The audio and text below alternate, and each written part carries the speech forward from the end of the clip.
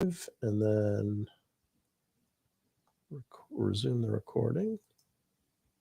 Recording in progress.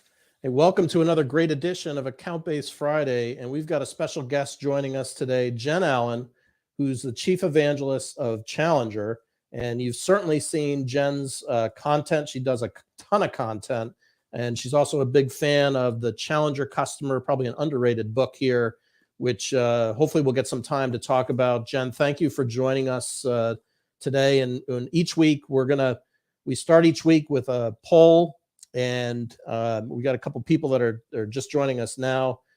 Thank you for joining us. You're welcome to come on video if you'd like and ask questions, or stay off video and mute and just listen in, whichever you decide to do. But each week we start off with a poll, Megan and I, and this week's poll was around the responsibilities for meetings. And the key question was, how many prospect meetings are your BDRs responsible for to hand off to a sales counterpart? Now, these LinkedIn polls are difficult to do because they're really simplistic. I would imagine it's probably a different process for an enterprise than it might be for an SMB.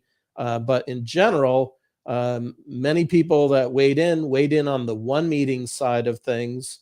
And I was one of those. I have a kind of a rationale, but I'd be curious to hear from Jen, her perspective, and maybe a little bit of introduction about who you are and what you do to start, and then we can get into the poll. Yeah. So first of all, thank you so much for having me. Happy last day of the quarter. I'm so excited to be here. So just quick background on me. I am currently the Chief Evangelist at Challenger, which we can talk about what that means. But I've always been a lifelong individual contributor, like never wanted to be a manager, never wanted to be a leader. I've just always found there are so many different paths you can take in sales. And sales was always a challenge for me. So it was one of those things where I could always see something I could get better at. So I am someone who's been selling for a very long time. I've made every mistake in the book, and I'm very open about it because candidly, that's how we all learn. So currently I'm the Chief Evangelist at Challenger, which means I get the fun job of having lots of conversations like this and sharing Challenger's point of view on the problems that commercial organizations face. So not product pushing Challenger, but just really having, conversations with folks like you who are really smart in the space and picking apart the problem. So that's who I am. And this question, I love this question because I have a very strong opinion on this question, actually. I think what I see commonly is exactly what came out here, right? Like in many cases, they're responsible for one meeting. What I am continually disappointed by is just how unprepared these SDRs are to have effective conversations when they are the entry point to that customer. Like they carry so much significance that we've seen in our own research, right? Like the sales experience is largely the number one thing that drives that customer's decision to buy from you. And what we as organizations do is we pull these people out of the woodwork. We give them a week of product training, and then we expect them to go conquer the world and deliver world-class sales experiences. When half the time, like myself included, when I first started, I didn't even know what B2B meant. Like, I was like, everybody keeps saying it. What is it? And so I feel like in many situations, we are putting SDRs in harm's way because we're not teaching them context. We're not teaching them acumen around the customer and the customer's business problem. We're just out there saying, go try to get as many meetings as possible by talking about our product. And I think we're failing, candidly, a lot of our SDRs. It's a really tricky area to think about in terms of, I'm trying to think back when I've been a CMO for 10 years in public and private companies before I started my own agency, and I've run the BDR function, and it's typically a very junior function. The most important function, I think, in the entire organization, because it is critical. Yeah. It's the Achilles heel between sales and marketing. The challenge is, what I have seen is sometimes the sales teams may not fully trust the SDR or BDR function. So they're like, just get me that one meeting and I'll handle everything else, is the attitude that I sometimes hear out of the AE function. Yet at the same time, you have to be multi-threaded in these accounts. Like, do you have a point of view? Should the BDRs be getting more than one and getting comped on that then? Or should it be one and then, painting out who the AEs should be talking to? Like, where the rubber meets the road, where do you think that divide exists? Yeah, I mean, I think it's a fabulous question. And to your point earlier, like it will vary if you're an SMB motion and enterprise motion, right? So there's no, like, in my opinion, one universal answer. But I think it is, until we start paying SDRs and training SDRs to equip them to be effective at that, it is a completely unfair thing to ask of them to take more ownership, right? Like, to me, it's like, if I'm an SDR and you're asking me to do more than one conversation, you got to train me to do that. You got to make me feel confident, because to your point, it is the first impression a potential customer has with us. And if that SDR is well versed in asking for 15 minutes and talking about why their product is the best thing since sliced bread, like, that's not the sales experience that our customers want. And so, in an ideal world, could it look a little bit different? Sure. I just think we are so far behind where we need to be to actually ask of SDRs to even play that role. Yeah, that's a good point. And it looks like Megan was chiming in as well, that she totally agrees there on what you're saying. Just looking at today's date and maybe looking a little bit more forward oriented, we're ending the quarter here. It feels like a unique year. Like the first half of the year was gangbusters. I don't know what your data or what you're seeing, but I'm hearing that this was a challenging quarter for a lot of people. What are you seeing in terms of like meetings or SDR productivity or buyer groups? Like, are they expanding? Like, what's happening right now in the dynamic of a B2B sale that maybe didn't exist at the beginning of the year? Yeah, I mean, it feels so. I was selling in the 2008, 2009 recession, and it feels like Groundhog Day. I don't know how you guys feel. Like, it totally feels like Groundhog Day again. It's like that amount of uncertainty has a trickle down effect, right? Because I think, we continue to study how many buyers are getting involved, and we look at sentiment every month on how people feel and anticipate the quarter will be, and I'll share some of that. But ultimately, what we see happens is, whether or not we use the R word or we don't, the amount of uncertainty causes us to close in, right? And this is something we saw in '08 as well. It's not that I look at your product or your solution and I say, no, no, no, like, we're doing it better than that. In fact, it's the opposite. More companies are saying, like, I actually would love to have what you have to offer me. But the reality is, to get it approved, I've got to throw my hand up in an environment where we've all been told by leadership to be cost conscious. And now I'm going to ask for something that's not in the budget. That's like political capital that I'm putting on the line. And that's where we see executives walking back and talking themselves out of things that they are very well intentioned to buy. I've seen it in my own pipeline. I talk to sellers all the time who are seeing the same thing. And when you look at the sentiment data, like, there's a couple of things you look at. One is just like, what are your expectations for your Q3 goals relative to what you originally forecasted? And it was like almost 30% of people were like, it's bad. Like, it's really bad. And this was in August. And I think in the last month, it's taken an even worse turn. And then one of the other questions we asked around is like, how effective do you feel that you are today at demand creation activities? And only 26% of companies responded and said, we're doing a really good job of generating inbound interest in leads.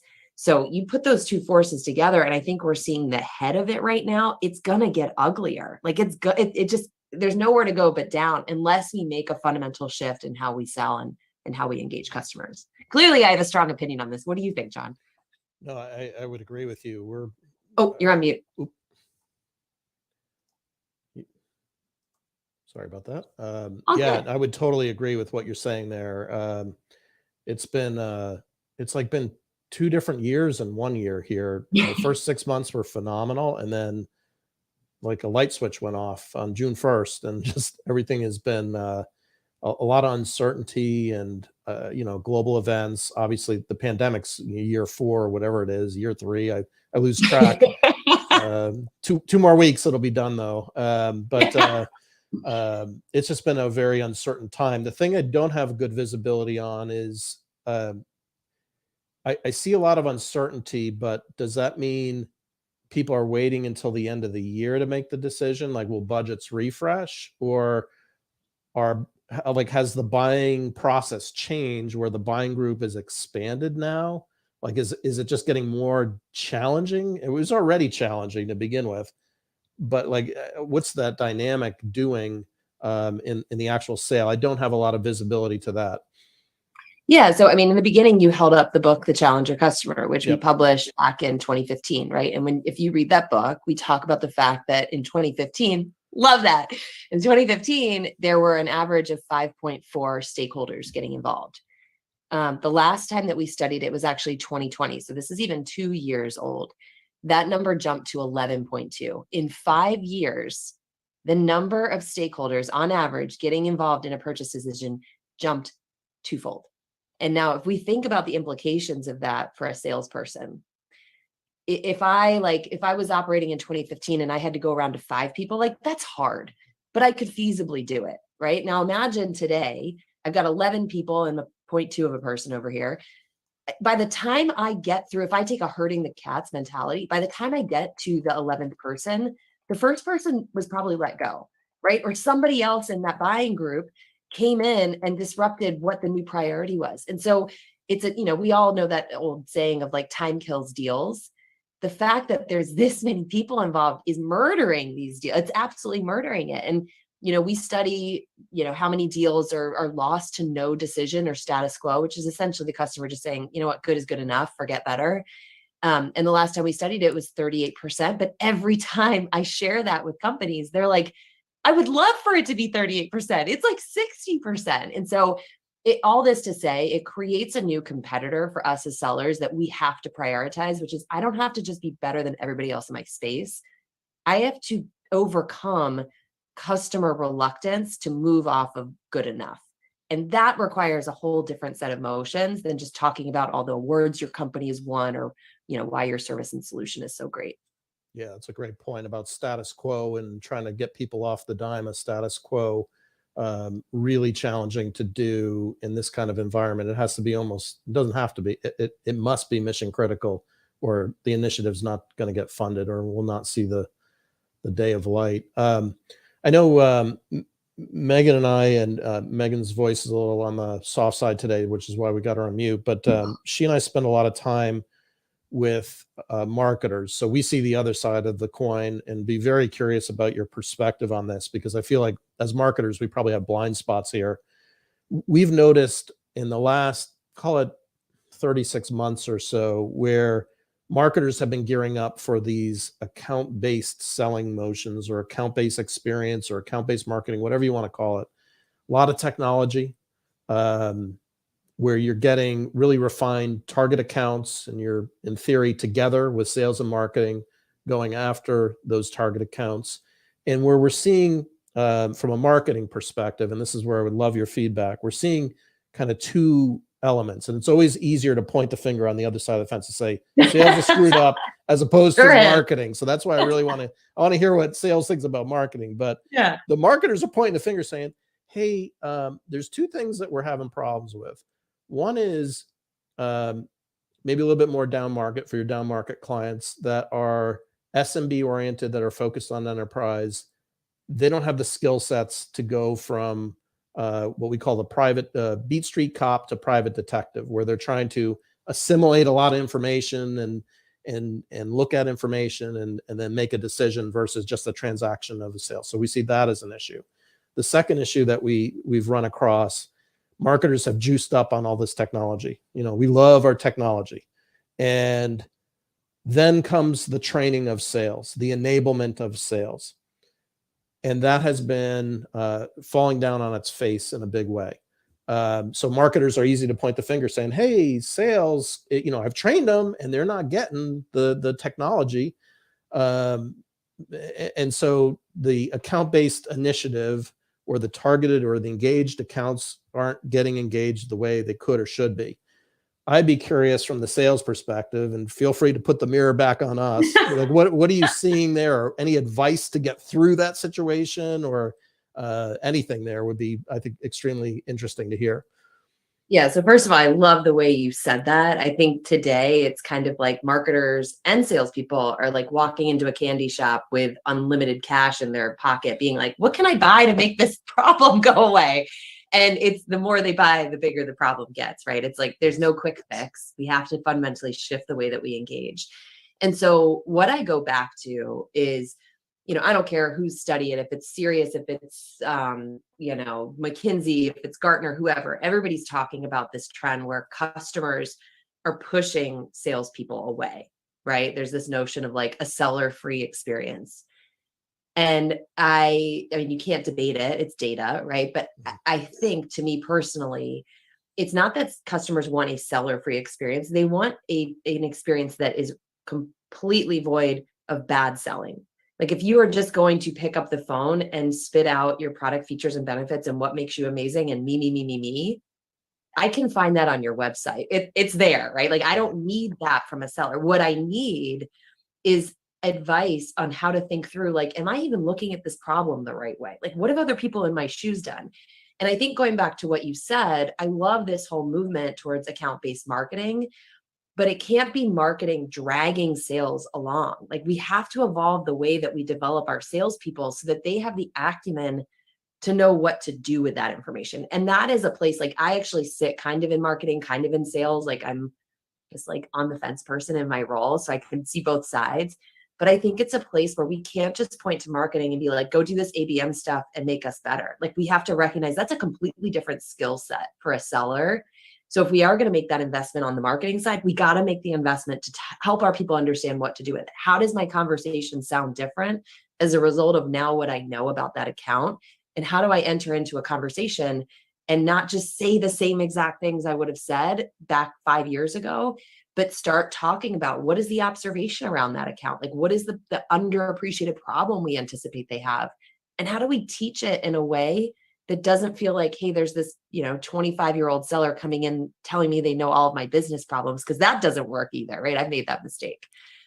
So that is a place where I think, that there's probably marketers and salespeople that should be more on the same page and they're not. So I think we can kind of point the finger in both directions. Like, great if we want to invest in these ABM tools and technology and insight and all that good stuff, but we got to make sure we're in lockstep with our sales partners so sales is actually doing something with it. Yeah, it's a great point. And Neil Pissarro, who's on the line here, also said, more bad sales calls is not the answer, as Joe Galvin used to say. And then he said, love it, Jen. So totally agreeing with your perspective there. It's so challenging to get the sales and marketing. It's hard work. And I think people, I don't know if they underestimate it or they just want the easy button or what, but it is really challenging work. And it's, let alone this environment that we're selling into, it's just hard work. You have to really roll up your sleeves and get into everything from contacts to engagement to message to it's a collective. I like how you said that. It's really both parties that have to kind of perform here in a big way. Yeah. And even if I reflect, like my title is very goofy, like I'll be the first one to say it, Chief Evangelist, but where it was born out of is last year in Q1, we saw a big dip in leads at our company. And I was like, I can go through the same freaking motions we always do, which is point back at marketing and be like, get us more leads.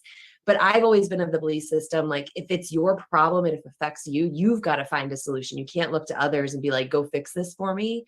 And so that's what really got me involved in writing content and doing podcasts and joining great people like you in these conversations, because this is where people are learning, right? Like this is where buyers are learning about their problems. And when we are present where they go to learn and we shape their learning, that's what's driving inbound. And even this year alone, like we set up kind of a as good of it can get model for like trying to track where deals are originating. And there's $5 million in deals that have originated from opportunities like this for Challenger. And it's interesting, right? Like it is very senior salespeople who would never fill out a lead form that are coming into my DMs and saying, look, I've always been kind of skeptical about Challenger, but you're hitting my problem on the head. Can we talk about it? It's not because I'm talking about Challenger. It's because I'm talking about the problem. And that is a place to go back to your question. Like that is an expectation I think customers will have of sellers, is that I don't care if you're an expert in your solution, like that's table stakes. You got to be an expert in my problems. And if you can't have a conversation with me, I'm going to go to someone else who can. And so again, it raises the bar for salespeople of we can't get away with just the show up and throw up. Yeah, that's a terrific point. And I know if Megan could come off mute, she would be jumping up and down on that one with the learning side in particular, and the content. It puts such a premium on the content right now, and content and the message, that sometimes I think companies may underestimate that. They don't realize how important, just like you're doing. You're the evangelist. We connected because I saw a lot of your content. I'm like, oh my God, how have I not run across Jen before? Like, her content's awesome. Thank you. But it's true. You've got to put out that content, and you've got to really be on point with the message, or you'll be voted off the island. And I'll put a data point on that like slapped me in the face when we studied this. When you look at a buying group, how they spend their time across the buying journey, 83% of that time is spent without the seller. And if you think about that 17%, it's like, oh man, that's not a big chunk. But then you really reflect, that's all sellers. So if you operate by the rule of three, right? Like usually people are looking at 3 suppliers. We are getting 5% of that buying group's attention. And all the other places where they're going to learn are online, through their network, through independent research, right? So that just, to me, that was one of the most provocative things I've ever seen, because I'm like, I have to be where they learn. If I'm not, I better hope I have a great website. Like, I better hope it's going to sell for me, because that's where customers are going to learn. So that's always been something that kind of stood out to me. That's like the case for change. Yeah, that's a great point. And, just thinking about even our own audience here, typically we attract marketers, senior marketers, CMOs, heads of demand. And given where you sit, and you've given a lot of great advice already in the limited time that we've talked today, but is there any 1 or 2 things advice-wise that you would share with those marketers that may have blind spots on the sales side that they could or should be doing differently or better, to make that conversion or make those conversations happen more regularly? Yes. And I'm going to be blunt, because that is my style. Stop talking about your solutions. Nobody cares. Nobody cares. Start becoming a voice of not the voice of the customer, but the mind of the customer. All the things they're scared to say in internal meetings, all the things that they don't know answers to, become a student of that, and talk more in content about the problems. And at bonus points, if you can go in and hone in on a problem that customers don't fully appreciate and educate them on things that maybe they're underappreciating, like, we as humans, we are drawn to talking about problems. There's a reason therapy is so popular and such a big business. It's because I sometimes, when I'm upset, when I'm frustrated, and I go to a friend and they're trying to offer me solutions, I'm like, I'm not ready for that. I just want you to understand my point of view. I don't want a solution yet. We show up the same way when we buy. Yet you go to so many websites, you go to so many blogs, and it's just, we're the leading provider of whatever, right? So if there's one thing, obviously I'm very passionate about this, stop talking about yourselves. Just stop it. That's great. Great feedback and great advice. And just looking at time here, we're heading toward the bottom of the hour. Obviously, you've got the book in terms of resource. I'm signed up for your monthly. Is it a monthly podcast that you do? So monthly webinar and then weekly podcast. So the series is called Winning the Challenger Sale. The webinar is where we teach, like, hey, here's how a challenger would show up in a discovery meeting or a group meeting, and here's what they do differently. The podcast intention, it's weekly, is I bring in people who I think sell like Challenger, and they share different approaches that they take. Because for me, like, one of the struggles I had was I never felt like I was similar to the top performer. Like, I wasn't as outgoing or as aggressive. And so it's really important to me, and I think a lot of people, to be able to learn one topic, but through the eyes of different people, so you can find someone that you attach to more for your style. So we release them every Tuesday. Got it. Any other content that you would suggest that if people want to learn more about you, I guess they could follow you on LinkedIn too, because you've got a ton of content out there. Like, I love that stuff. I love the conversations that happen in the DMs. Like, and if you've heard of Challenger and you're like, I don't like it at all, that's okay. Like, I am not someone that needs to be fluffed on, like,